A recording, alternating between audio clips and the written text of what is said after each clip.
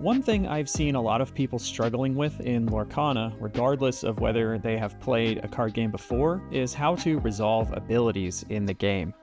If you're coming from games like Magic, it might seem like Lorcana functions very similarly, but in actuality, it's a little different. It might seem strange at first, but once you understand the core concepts laid out in the comprehensive rules, you shouldn't have many problems going forward. So to help people get a better grasp of the bag and how card abilities are resolved in Lorcana, I've prepared a few examples of card interactions that should help you understand how everything works. Alright, let's get into it. The first example I want to show you is a fairly easy one to grasp, but it also lays out how the timing of things in Lorcana works very well. So let's say you have a Merlin Rabbit on the board, and in your hand you have an Yzma Scary Beyond All Reason. Let's assume you have enough ink to play Yzma this turn and you want to target the rabbit.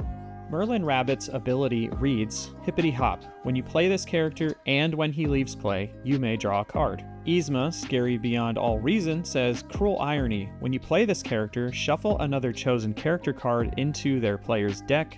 That player draws 2 cards. First, we pay the ink cost of Yzma and play her on the board. Once she's played, her ability Cruel Irony activates.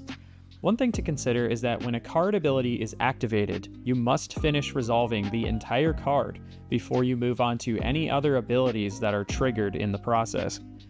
You'll see what I mean in a second. So we've played Yzma, and now we must select a target to shuffle back into a player's deck. For this example, we're going to choose our own Merlin Rabbit. Now that we've chosen Merlin Rabbit, it is bounced into our deck. And since Rabbit is leaving play, its ability triggers. However, since we still haven't finished resolving Yzma's ability, we don't draw a card for the Rabbit leaving play, at least yet. Rabbit's ability is triggered, which means that it goes into the bag. And once we've finished resolving Yzma's ability, we can then resolve anything we want from the bag in whatever order we want. Now that Rabbit has been shuffled back into our deck, we now draw 2 cards, fully resolving Yzma's ability and finishing up. Now that we've done that, we still have abilities in the bag that we need to resolve. Thankfully, there's only one, which is Merlin Rabbit's. We then say we're activating Merlin Rabbit's ability, and we draw a card. See, that wasn't so hard. Let's go to the next example, which should help you understand damage timings in conjunction with abilities. Okay, so this is the card interaction that got me to actually understand how the bag fundamentally works in Lorcana. So let's say you have a Diablo Devoted Herald on board, exerted. Diablo's ability reads, Circle far and wide. During each opponent's turn, whenever they draw a card while this character is exerted, you may draw a card. Your opponent plays the song Let the Storm Rage On, which reads, Deal 2 damage to chosen character, draw a card. And they target your exerted Diablo. First, we put 2 damage onto the target, which is, in this instance, Diablo. But wait, we don't banish him just yet because we're still resolving the song.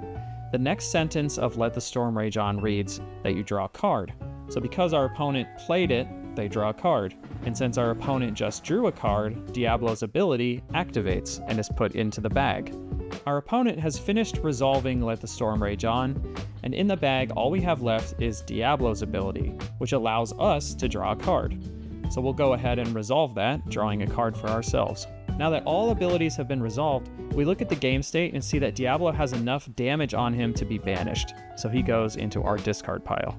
Just like the last example, we finish all abilities currently being resolved before we start resolving another, even if our other abilities are triggered.